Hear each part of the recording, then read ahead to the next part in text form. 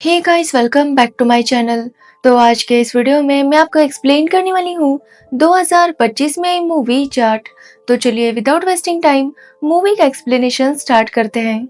Movie start होती है 2009 श्रीलंका से, जहां पर हम श्रीलंकन आर्मी को देखते हैं जो वहां के सारे मिलिटेंट्स को खत्म करने के बाद अपने जंगल में खजाना ढूंढ रही थी।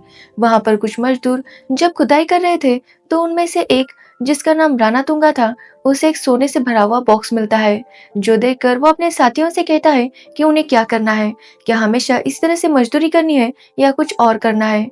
अब ये सुनकर उसके साथी भी उसकी बात मान जाते हैं और वो आर्मी ऑफिसर्स पर हमला करके वहां से भाग निकलते हैं। अब वो पानी के रास्ते से इंडिया के आंध्र प्रदेश आते हैं, जहाँ पर इंडियन पुलिस वाले उन्हें पकड़ लेते हैं।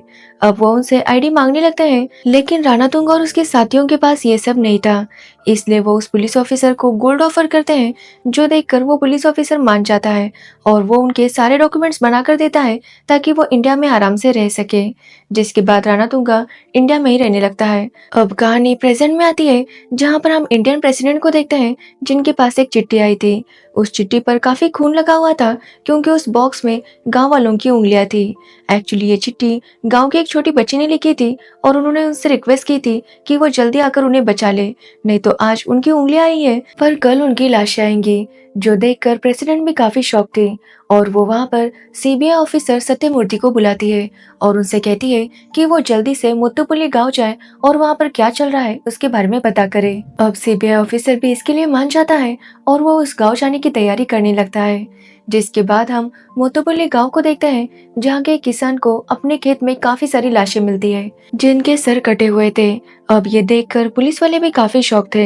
एक्चुअली वहाँ की पुलिस ऑफिसर थी विजय लक्ष्मी और वो गांव वालों से पूछने लगती है कि आखिर ये सब किसने किया, लेकिन कोई भी उसका जवाब देने के लिए तैयार नहीं था। जो देखकर लक्ष्मी भी काफी शॉक थी, क्योंकि गांव वालों के अपनों की डेथ हुई थी, लेकिन फिर भी कोई सामने आकर नहीं बता रहा था कि ये सब कुछ किसने किया। तभी वहां पर एक छोटा बच्चा आता है और वो बताता है कि ये सारा काम राणा तुंगा का है। जो सुनने के बाद लक्ष्मी उसे पकड़ने के लिए जाने लगती है। ये तभी रास्ते में लक्ष्मी की सीनियर का उसे कॉल आता है और लक्ष्मी उन्हें बताती है कि वो राणा तुंगा को अरेस्ट करने जा रही है। जो सुनकर लक्ष्मी के सीनियर उसे कहते हैं कि वो ऐसा कुछ भी ना करे और चुपचाप लीव लेकर यहाँ से कहीं चली जाए, लेकिन लक्ष्मी उनकी बात नहीं सुनती और आगे जाने लगती है। जो देखकर लक्ष्मी के कलीग भी लक्ष्मी का साथ देने से मना कर देते हैं। जिसके बाद लक्ष्मी अपने कुछ फीमेल ऑफिसर्स के साथ राणा तुंगा के घर जाती है और उसके आदमियों को पीटने लगती है। तभी वहां पर राणा तुंगा की माँ वसुंधरा आती है और वो लक्ष्मी को काफी बातें सुनाने लगती है। जो सुनकर लक्ष्मी भी उसके ऊपर काफी भड़क जाती है और इससे पहले कि वो वसुंधरा को कुछ कहती, वहां पर राणा तुंगा की वाइफ भारती आ जाती है और वो लक्ष्मी और उसके कलीग्स को अंदर बुलाती है। जिसके बाद वो उनसे काफी प्यार से बात कर रही थी, लेकिन लक्ष्मी काफी भड़की हुई थी और वो उससे पूछती है कि राणा तुंगा कहाँ पर है। जो सुनने के बाद भारती भड़क जाती है और लक्ष्मी और उसके साथियों पर अटैक कर देती है। जिसके बाद वो उनके कपड़े उतार कर उन्हें अपने घर में कैद कर देती है। अब भारती लक्ष्मी से कहती है कि उसका पति एक रावण है और ये उसकी बनाई हुई लंका है, इसलिए यहाँ पर कोई उसका कुछ भी बिगाड़ नहीं सकता और ना ही कभी भगवान आकर उसे खत्म कर सकता है, क्योंकि ऐसा कोई भगवान अभी तक पैदा नहीं हुआ जो उसके पति राणा तुंगा को खत्म कर सके। साथ ही भारती उसे कहती है कि राणा तुंगा ने अब तक काफी सारे लोगों को मारा है और वो आगे भी ऐसे ही मारता रहेगा। जिसके बाद हम बलबीर को देखते हैं, जो ट्रेन से कहीं जा रहा था, लेकिन रास्ते में ट्रेन खराब हो जाती है और एक जगह पर रुक जाती है। और बलबीर को काफी भूख लगी थी, इसलिए वो टीसी से पूछता है कि खाना कहाँ पर मिलेगा। तो टीसी उसे बताता है कि आगे चलने के बाद एक गांव है, वहां पर उसे खाना मिल सकता है। अब ये सुनने के बाद बलबीर उस गांव में आता है, जिसका नाम है मुत्तुपल्ली। वहां आने के बाद वो एक छोटे से कैंटीन को देखता है, जहाँ पर एक लेडी थी। वो उससे खाना मांगता है तो वो लेडी उसे इडली दे देती है। जिसके बाद बलबीर इडली खाने लगता है कि तभी वहां पर कुछ गुंडे आते हैं और वो बलबीर की प्लेट को धक्का मारते हैं, जिससे बलबीर की इडली गिर जाती है। जो देखकर बलबीर काफी गुस्सा हो जाता है और उस गुंडे से कहता है कि वो माफी मांगे, क्योंकि उसकी वजह से उसकी इडली गिर गई। अब ये सुनने के बाद वो गुंडे उसके ऊपर हंसने लगते हैं और उसे मारने की कोशिश करते हैं, लेकिन बलबीर उन सबको बुरी तरह से पीट देता है। जिसके बाद उस गुंडे से कहता है कि वो चुपचाप उससे माफी मांगे, लेकिन वो गुंडा अभी भी माफी मांगने के लिए तैयार नहीं था, क्योंकि उसका कहना था कि वो रामा रेड्डी का आदमी है। अब ये सुनने के बाद बलबीर रामा रेड्डी के घर जाता है और उसे भी पीटने लगता है। वो उसे बताता है कि वो किस तरह से इडली खा रहा था, लेकिन उसके गुंडे की वजह से उसकी इडली गिर गई, लेकिन वो उसे सॉरी नहीं बोल रहा। तो तो रामा उसे सॉरी बोल दे, लेकिन रामा भी बलबीर को सॉरी नहीं बोलता। वो उसे कहता है कि अगर उसने उसे कुछ भी किया तो सोमलू उसे नहीं छोड़ेगा। अब यह सुनने के बाद बलबीर रामा रेड्डी को भी काफी पीटता है, जिसके बाद सोमलू के पास चला जाता है। जिसके बाद हम सोमलू को देखते हैं जो रजिस्ट्रेशन ऑफिस में था और वहाँ के एम्प्लॉयज को धमकी दे रहा था कि वो जल्दी से सारे पेपर्स बनाए। एक्चुअली सोमलू गरीब किसानों की जमीनों को अपने नाम पर ट्रांसफर कर रहा था। अब जब ऑफिसर्स उसे मना करते हैं तो वो उन्हें काफी धमकाता है, जिसके बाद ना चाहते हुए भी उन ऑफिसर्स को उसका कहना मानना पड़ता है। अब वो लोग ये सब कर ही रहे थे कि तभी वहां पर बलबीर आता है और सोमलू से कहने लगता है कि वो उससे माफी मांगे। जो सुनकर सोमलू भी काफी शौक था, तो बलबीर उसे सब कुछ बता देता है कि किस तरह इस गुंडे की वजह से उसकी इडली गिरी, लेकिन वो माफी नहीं मांग रहा था। इसलिए वो रामा रेड्डी के पास गया, लेकिन उसने भी माफी नहीं मांगी। जिसके बाद रामा रेड्डी उसे यहाँ पर लेकर आया। अब ये सब सुनने के बाद सोमलू उसके ऊपर हंसने लगता है और कहता है कि वो माफी नहीं मांगेगा, क्योंकि वो रामातुंगा का भाई है और वो किसी के आगे नहीं झुकता। अब ये बोलकर सोमलू उसके ऊपर हमला कर देता है, लेकिन बलबीर सोमलू के गुंडों के साथ साथ सोमलू को भी काफी ज्यादा पीट देता है। जिसके बाद सोमलू कहता है कि अगर ये बात उसके भाई राणातुंगा को पता चली तो बलबीर को जिंदा नहीं छोड़ेगा। अब ये बात सुनकर बलबीर उन सबको रामातुंगा के घर लेकर आने लगता है। तो वही हम भारती को देखते हैं, जिसे लोकल मिनिस्टर का कॉल आता है और वो उसे बताता है कि सीबीआई ऑफिसर यहाँ पर आने वाला है, इसलिए वो जो भी करे वो सोच समझ कर करे। तो वही भारती भी उनसे कहती है कि वो चिंता ना करे, उनका सारा काम हो जाएगा। जिसके बाद हम बलबीर को देखते हैं जो सोमूलो को लेकर उसके घर आता है और राणातुंगा को बुलाने लगता है। जब राणातुंगा वहां पर आता है तो बलबीर अब तक जो कुछ भी हुआ वो उसे बताता है। अब ये सब सुनकर राणातुंगा भी काफी शॉक था और वो सोमूलो से कहता है कि उसे सॉरी बोल देना चाहिए था। अगर वो सॉरी बोल देता तो बात इतनी बढ़ती ही नहीं। जिसके बाद राणातुंगा खुद आकर बलबीर से माफी मांगता है, जो सुनकर बलबीर काफी खुश होता है और वहां से जाने लगता है। लेकिन जैसे ही वो घर से बाहर जा रहा था, उसे वहां पर पुलिस वालों के कपड़े दिखाई देते हैं। साथ ही बाहर पुलिस की गाड़ी थी और जब वो सोलोमू के पास गया था तो उसने देखा था कि सोलोमू वहां पर ऑफिसर से जबरदस्ती कुछ काम करवा रहा था। साथ ही रामा रेड्डी के घर में उसने काफी सारे पैसे देखे थे और ये सब देखकर बलबीर समझ गया था कि यहाँ पर जरूर कोई प्रॉब्लम है। इसलिए बलबीर वापस घर के अंदर आता है और पुलिस ऑफिसर्स के कपड़े देखने लगता है। जब वो कपड़ों पर नाम देखता है तो उस पर विजया लक्ष्मी का नाम था। ये देखकर वो समझ जाता है कि ये सारी फीमेल पुलिस ऑफिसर्स है। तभी उसे वहां पर खून दिखाई देता है और वो खून को फॉलो करते हुए एक रूम में जाता है। तो वो समझ जाता है कि जरूर सारी ऑफिसर्स अंदर ही होंगी, इसलिए वो उन्हें कपड़े देता है। जिसके बाद सारी ऑफिसर्स बाहर आ जाती है, जो देखकर बलबीर को काफी गुस्सा आता है, क्योंकि राणातुंगा के आदमियों ने उन ऑफिसर्स का ये हाल किया था।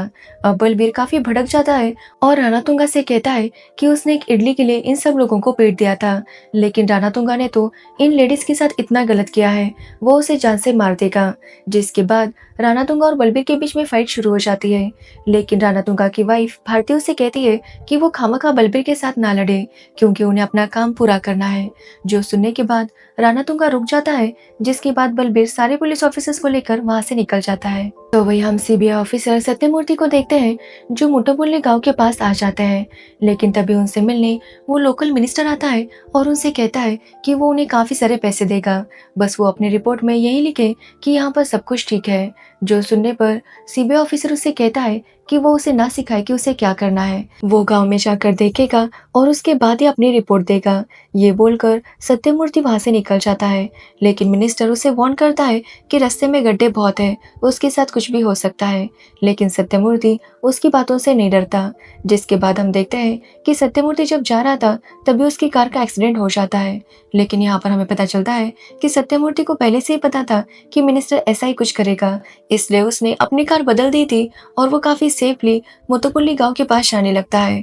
तो वही हम बलबीर को देखते हैं, जो सारी फीमेल ऑफिसर्स के साथ वहां से निकल तो आ गया था, लेकिन फिर भी राणातुंगा के आदमी उनके ऊपर हमला करने के लिए उनका पीछा करने लगते हैं, जिसकी वजह से एक फीमेल ऑफिसर को काफी ज्यादा चोट लगती है। और बलबीर किसी तरह से उसे गांव में लेकर आता है और गांव वालों को आवाज देने लगता है, लेकिन कोई भी गांव वाला वहां पर नहीं था, जो देखकर बलबीर काफी शॉक था। तभी उसे राणा तुंगा का कॉल आता है और वो बलबीर से कहता है कि वो उसकी सारी बहनों को पहले मार देगा और उसके बाद बलबीर को मारेगा, क्योंकि वो देखना चाहता है कि बलबीर आखिरी वक्त में कितना बेबस हो जाता है। जो सुनकर बलबीर समझ नहीं पा रहा था कि आखिर इस गांव में हो क्या रहा है। वो इसके बारे में लक्ष्मी से पूछता है तो लक्ष्मी उसे बताती है कि राणा तुंगा ने यहाँ के काफी सारे लोगों को मार दिया था, इसलिए वो उसे पकड़ने के लिए उसके घर में गई थी, तो उसकी वाइफ ने उन्हें इस तरह से कैद कर दिया। जिसके बाद लक्ष्मी को पता चला कि यह सारी कहानी स्विट्जरलैंड से शुरू हुई थी। एक्चुअली जब वो लोकल मिनिस्टर स्विट्जरलैंड गया था तो वहाँ की एक कंपनी ने उससे बात की और उसे बताया कि मुत्तपुल्ली और उसके जैसे 30 गांव के नीचे थोरियम है, जिसकी प्राइस काफी ज्यादा थी और अगर वो लोग उसे निकाल पाए तो मिनिस्टर को काफी पैसे मिलेंगे। अब ये सुनकर मिनिस्टर भी काफी खुश हो गया और वो इसके लिए तैयार था, लेकिन इसके लिए उसे गांव वालों की जमीन चाहिए थी और वो जानता था कि गांव वाले इतनी आसानी से उनकी जमीन उसे नहीं देंगे। इसलिए वो राणा तुंगा के पास आया और उससे कहा कि अगर उसने ये काम कर दिया तो उसे 25,000 करोड़ रुपए मिलेंगे। अब ये सुनने के बाद राणा तुंगा भी इसके लिए मान गया। यहाँ पर हमें पता चलता है कि राणा तुंगा जब इंडिया में आ गया था तो उसने एक एक करके सारे गुंडों को मारकर वहाँ का सबसे टॉप वाला गुंडा बन गया था। इसलिए अब राणा तुंगा डिसाइड करता है कि वो गांव वालों से सारी जमीन छीन लेगा और इसलिए उसने काफी सारे गांवों को खाली कर दिया और वहाँ के लोगों को भी मार दिया। अगर कोई भी राणा तुंगा के खिलाफ जाता तो उसकी मौत हो जाती। राणा तुंगा सबसे जबरदस्ती उनकी जमीनें ले रहा था और इसके लिए वो कितने सारे लोगों को मार चुका था। अब ये सब सुनने पर बलबीर कहता है कि आखिर पुलिस वाले क्या कर रहे थे। तो लक्ष्मी बताती है कि काफी सारे पुलिस वाले राणा तुंगा से मिले हुए हैं, तो वही कुछ लोग उससे डरते हैं। लक्ष्मी बताती है कि जब वो राणा तुंगा को पकड़ने के लिए जा रही थी तो उसके काफी सारे कलीग भाग गए, यहाँ तक कि उसका सीनियर भी राणा तुंगा के साथ ही मिला हुआ है, क्योंकि जब एक लड़की ने राणा तुंगा के खिलाफ आवाज उठाने की कोशिश की थी तो उसके सीनियर ने सबके सामने उसे बेइज्जत किया था, जिसकी वजह से वो लड़की पागल हो गई थी। अब ये सब सुनने के बाद बलबीर पुलिस स्टेशन जाता है, जहाँ के सारे पुलिस ऑफिसर्स आराम से बैठे थे। वहां जाने पर बलबीर उन्हें बताता है कि उसे राणा तुंगा के खिलाफ कंप्लेंट लिखनी है। जो सुनकर वो सभी लोग काफी शॉक थे। तभी बलबीर वहां पर लक्ष्मी को बुलाता है और लक्ष्मी और उसकी साथियों की हालत देखकर उसका सीनियर ऑफिसर उसके ऊपर काफी हंसने लगता है और लक्ष्मी से कहता है कि अब वो अपनी इज्जत गवा कर आई है। जो सुनने के बाद बलबीर को काफी गुस्सा आता है और वो उसके सीनियर ऑफिसर को पीटने लगता है, लेकिन सारे पुलिस वाले मिलकर बलबीर को पकड़ लेते हैं और उसे बांध कर रखते हैं। जिसके बाद वो सीनियर ऑफिसर सोलोमो को कॉल करता है और उसे बताता है कि उसने बलबीर को पकड़ लिया है। अब यह सुनने के बाद सोमुलो तुरंत पुलिस स्टेशन आता है ताकि वो बलबीर को जान से मार सके। तभी हम वहां पर एक कैदी को देखते हैं जो सारे पुलिस वालों को बताता है कि वो बलबीर को हल्के में ना ले, बलबीर कुछ भी कर सकता है। जो सुनने पर वो पुलिस वाले समझ नहीं पा रहे थे कि आखिर वो कैदी बलबीर को कैसे जानता है। तो वो कैदी बताता है कि जब वो एक फॉरेन कंट्री के जेल में था तो उसी जेल में बलबीर भी था। वहां पर कुछ कैदियों ने जब बलबीर को तंग करने की कोशिश की तो बलबीर ने उन सबको मार दिया था। अब ये सुनने के बाद इससे पहले कि पुलिस वाले कुछ कर पाते वहां पर सोमुलो आ जाता है और जैसे ही सोमुलो आता है बलबीर वहां पर सबको पीट देता है और सोमुलो को भी मार देता है। जिसके कुछ टाइम बाद जब राणा तुंगा वहां पर आता है तो अपने भाई की मौत देखकर वो काफी ज्यादा दुखी था। तभी उसे बलबीर का कॉल आता है और बलबीर उसे कहता है कि अपने भाई की बॉडी देखकर उसे थोड़ा सा एहसास हो गया होगा कि अपनों को खोने के बाद कैसा लगता है। साथ ही बलबीर उसे कहता है कि वो उसे ढूंढने की कोशिश ना करे, क्योंकि वो खुद राणा तुंगा के पास आ रहा है ताकि वो उसे खत्म कर सके। जिस पर राणा तुंगा कहता है कि वो भी इसका इंतजार करेगा। जिसके बाद हम सीबीआई ऑफिसर को देखते हैं, जिसे राणा तुंगा के बारे में काफी सारी इन्फॉर्मेशन मिल जाती है और उससे पता चलता है कि राणा तुंगा कोई मजदूर नहीं था, बल्कि वो एक मिलिटेंट था जो जानबूझकर सिंगापुर आर्मी के साथ मिल गया था ताकि वो खजाने का पता लगा सके। इसलिए वो बहुत ही ज्यादा खतरनाक है। अब ये सुनने के बाद सीबीआई ऑफिसर आर्मी से रिक्वेस्ट करता है कि उन्हें काफी खतरनाक मिलिटेंट को पकड़ना है, इसलिए उसे काफी सारे फौज की जरूरत है। जिसके बाद वो ऑफिसर उसे बताता है कि आर्मी को वहां पहुंचने में 3 घंटे लग सकते हैं। अब ये सुनने पर सीबीआई ऑफिसर समझ नहीं पा रहा था कि आखिर वो क्या करे, लेकिन तभी आर्मी ऑफिसर उसे बताता है कि वहां पर उनका एक ऐसा ऑफिसर है जिसने आज तक कई सारे टेररिस्ट को खत्म किया है और उसका नाम है बलबीर प्रताप सिंह, जो कि एक कमांडो आर्मी ऑफिसर है और उसने कई सारे मिशंस किए हैं, यहाँ तक कि उसने जेल में छुपे हुए टेररिस्ट को भी खत्म किया है। अब यह सब सुनने के बाद वो सीबीआई ऑफिसर तुरंत उस गांव में जाने लगता है, जिसके बाद हम राणा तुंगा को देखते हैं जिसने मुद्दपुली गांव के सारे लोगों को पकड़ लिया था और वो सबसे जबरदस्ती साइन करवा रहा था ताकि उनकी सारी प्रॉपर्टी उसके नाम पर हो जाए। जिसके बाद राणा तुंगा उस छोटी बच्ची को भी पकड़ लेता है जिसने प्रेसिडेंट को लेटर लिखा था और वो उसे कहता है कि वो एक और लेटर लिखे जिसमें वो लिखे कि राणा तुंगा को सारे गांव वालों ने उनकी प्रॉपर्टी दे दी। अब वो लड़की ऐसा लिखना नहीं चाहती थी, लेकिन राणा तुंगा एक के बाद एक लोगों को शूट करने लगता है जिसकी वजह से वो बच्ची डर जाती है और ये सब लिखने लगती है।